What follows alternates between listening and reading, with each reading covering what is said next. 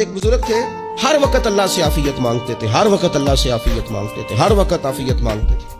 لوگوں نے پوچھا، لوگ ان کو صالح جانتے تھے، نیک سمجھتے تھے کہ حضور آپ اور کوئی دعا مانگتے نہیں، عافیت ہی مانگتے ہیں۔ فرمانے لگے میں مانگا کرتا تھا شروع میں، بعد میں خیال آیا اور بھی دعائیں مانگا کرتا تھا، یہ احساس بعد میں نصیب ہوا۔ فرماتے میں مزدوری کرتا تھا، مال برداری کرتا تھا، ایک جگہ پہ ڈیوٹی کر رہا تھا تو تھک گیا، اور وہ جو کام لینے والے لوگ تھے ان کا رویہ بھی بڑا ترش تھا، تکلیف ہوئی تو میں نے اپنے مالک کی بارگاہ میں عرض کی، مالک اگر 2 روٹی بغیر مجھے مشقت کے مل جائے دن میں تو تیری بارگاہ تو بڑی کریم ہے۔ کہتے ہو میں نے یہ دعا مانگ لی۔ ذرا میں تھوڑا آگے بڑھا تو 2 بندے آپس میں لڑ رہے تھے، میں ان کی صلح کرانے کے لیے، انہیں بچانے کے لیے آگے بڑھا تو میں جس کو چھڑا رہا تھا دوسرے نے میرے اوپر ضرب لگا دی، میرا بھی سر پھٹ گیا۔ تھوڑی دیر کے بعد وہاں پولیس آ گئی، وہ تینوں کو لڑنے والا سمجھ کے اٹھا کے لے گئے، مجھے جیل ہو گئی۔ 2 روٹیاں بغیر مشقت کے روز ملنی شروع ہو گئی۔ دعا مانگی تھی نا کہ یا اللہ 2 روٹیاں مل جائے نا بغیر مشقت کے، کہتے وہ 2 روٹیاں روز ملتی، کوئی کام نہیں کرنا پڑتا، پر جیل ہو گئی۔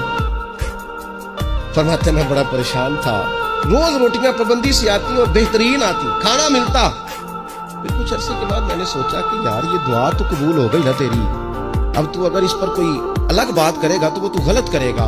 کہتے پھر خود ہی میرے دل میں اللہ نے بات ڈالی اور میں نے عرض کی، مالک 2 روٹیاں نہیں، مجھے تو عافیت چاہیے، مجھے تو عافیت دے، میرے اوپر تو کرم فرما، تو نظر رحمت کر، جے ایک قطرہ بخشے مینوں، ایک قطرہ بخشے مینوں تے کام بن جاندا ہی میرا، مہربانی کر، عافیت عطا کر۔ فرماتے پھر خدا نے کرم کیا، کہاں سے اسباب بنے میرے جیل سے چھوٹنے کے، کون کون میرے ضمانتی بنے اللہ ہی جانتا ہے۔